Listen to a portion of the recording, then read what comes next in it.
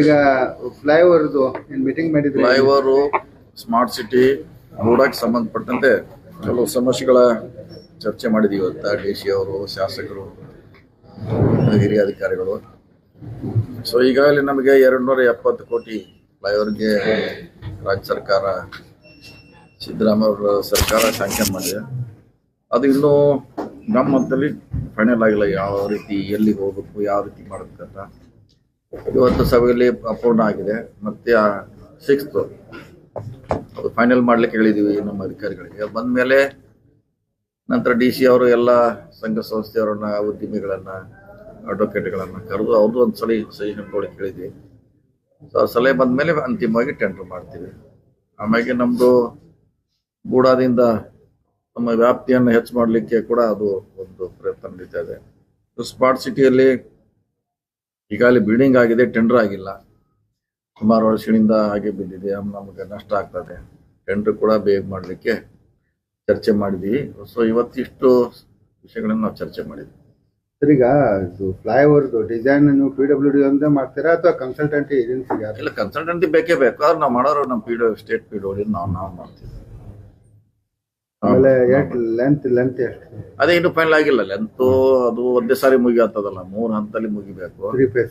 3 face ಆಗುದು. ಈಗ ಒಂದು ಅಟ್ಲೀಸ್ಟ್ ಚೆನ್ನಮ್ಮ ದಾಟ್ಸೋರಿಗೆ ಒಂದು ಮಾಡ್ತಾ ಇದ್ವಿ.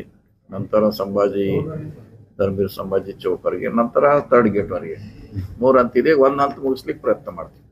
ಸರಿ, ನಡುಗಡೆ ಇದು ಕಾಂಟೋನ್ಮೆಂಟ್ ಬೋರ್ಡ್ನವರು ರೋಡೇ ಆಗ್ಲಿ ಮಾಡ್ಲಿಕ್ಕೆ ಕೊಡ್ತೀನಿ, ಬ್ರಿಡ್ಜ್ ಕಟ್ಲಿಕ್ಕೆ ಕೊಡ್ತಾರ ಸರ್? ನೋಡೋಣ, ಅವ್ರಿಗೆ ಹೇಳಿದಿಲ್ಲ. ಆಲ್ರೆಡಿ ಅವರು ಪತ್ರ ಬರ್ಲಿಕ್ಕೆ ಇವತ್ತು ಹೇಳಿದ್ವಿ. ಸುಮಾರು ಇಲಾಖೆ ಪತ್ರ ಬರ್ಲಿಕ್ಕೆ ಹೇಳಿದ್ವಿ. ಅವ್ರು NOC ಕೊಡ್ಲಿಕ್ಕೆ ಹೇಳಿದ್ವಿ. ಮತ್ತೆ ಆಮ್ಯಾಗೆ ಹೇಳಿದಂಗೆ ತೊಂದರೆ ಬೇಡ.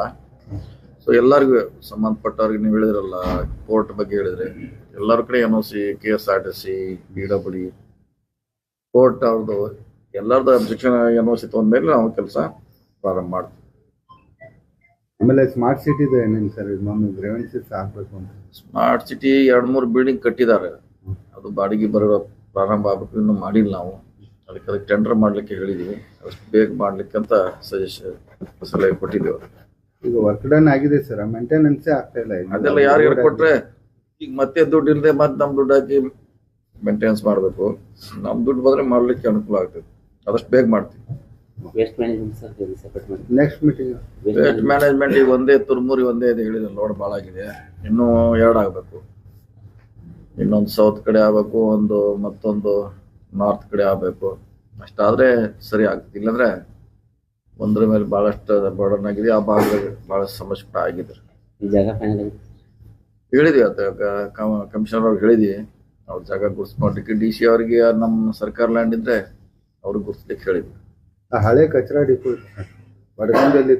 ಅದೇ ಹೇಳಿದಲ್ಲ, ಅದೇ ಯಡಿಯೂರಪ್ಪ ಮಾರ್ಗದಲ್ಲಿ ಇದೆ ಅಂತ ಹೇಳಿದಲ್ಲ, ಅದನ್ನ ನೋಡ್ಲಿಕ್ಕೆ ಹೇಳಿದ್ವಿ. ಮತ್ತೆ ನಮ್ಮ ಸರ್ಕಾರ ಲ್ಯಾಂಡ್ ಇದ್ರೆ ನೋಡ್ಲಿಕ್ಕೆ ಹೇಳಿದ್ವಿ. ಯಾಕಂದ್ರೆ ಈಗ ಮುಂದೆ ಚಾಲೆಂಜ್ ಇರದೆ ಕಚರಾ, ಅದೇ ದೊಡ್ಡ ಸವಾಲು ಈಗ ನಮಗೆ. ಅದನ್ನ ಮಾಡ್ಲಿಕ್ಕೆ ಪ್ರಯತ್ನ ಮಾಡ್ತಾರೆ. ಸರ್, ಈಗ ಬುಡಾದು ಅದು ಏನ್ ಲೇಔಟ್ಸ್ ಅದಲ್ಲ, ಕಾರ್ಪೊರೇಷನ್ ಹ್ಯಾಂಡಲ್ ಆಗಬೇಕಂದ್ರೆ ಈ ಆಸ್ತಿ ಮಾಡಕ್ ಬಹಳಷ್ಟು ಜನ ಪಾಪ ಪರದಾಡ್ತಾ ಇದ್ದಾರೆ. ಬಹಳ ತಿಂಗಳುಗಳಿಂದ ಓಡಾಡ್ತಾ ಇದ್ದಾರೆ ಅಲ್ಲಿ ಜನ. ಈ ಆಸ್ತಿ ಅದು ಇನ್ನೂ ಹ್ಯಾಂಡ್ ಓವರ್ ಆಗಿಲ್ಲ ಅಂತ ಹೇಳಿ ಅವ್ರು ಈ ಆಸ್ತಿ ಮಾಡ್ಕೊಡ್ತಾ ಇಲ್ಲ ಕಾರ್ಪೊರೇಷನ್. ನಿಮ್ ಮುಂದೆ ಚರ್ಚೆ ಆಗಿದೆ. ಅದು ಈಗ ಅವರು ಲೆಟರ್ ಕೊಡ್ತಾ ಇದಾರೆ. ಅವ್ರಿಗೆ ಆಲ್ರೆಡಿ ಹ್ಯಾಂಡ್ ಓವರ್ ಆಗಿದೆ. ಸೊ ಮಾಲಕರ ಕಾರ್ಪೊರೇಷನ್ ಅದಕ್ಕೆ